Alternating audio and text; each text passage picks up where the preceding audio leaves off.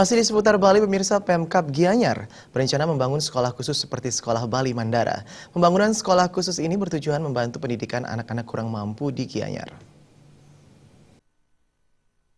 Sekolah khusus ini terinspirasi dari Sekolah Bali Mandara di Kabupaten Buleleng yang mendidik anak kurang mampu. Sekolah ini nantinya akan setingkat SMA dan dilengkapi asrama. Rencananya sekolah khusus ini akan dibangun di bekas Sekolah Kokar di Batu Bulan. Terkait wacana ini, Ketua DPRD Gianyar Wayan Tagal Winarto memberikan apresiasi dan mendorong Pemkab Gianyar segera merealisasikannya.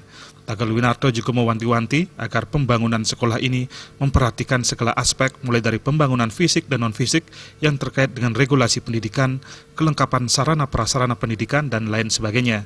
Dengan jumlah rumah tangga miskin di Kabupaten Gianyar yang mencapai 4 ribuan, sekolah khusus ini diharapkan menekan angka putus sekolah dan menciptakan lapangan kerja baru di Kabupaten Gianyar.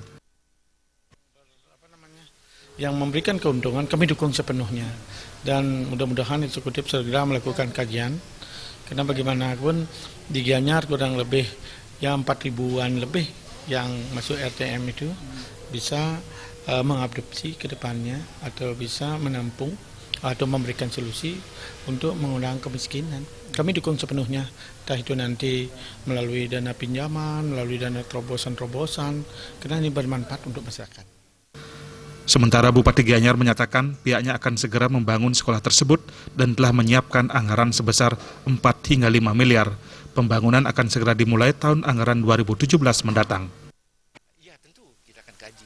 Nanti 2007 sekarang bikin 2017 sekarang anunya aja perencanaannya kami gitu kan. Apanya? Oh, menyiapkan sekolah rata-rata per anak kita akan 30 ya. Per anak aja sudah 22 juta kali 30 berapa itu? Untuk 600 juta untuk anunya. Kalau untuk persiapan dan lain-lainnya mungkin kurang lebih sampai 4 sampai 5 M lah gitu. Sekolah khusus yang belum diberi nama ini nantinya akan diperuntukkan khusus bagi anak kurang mampu dari semua kecamatan di Gianyar dengan dukungan subsidi Pemkab Gianyar. Riasa dan Saputra, Bali TV.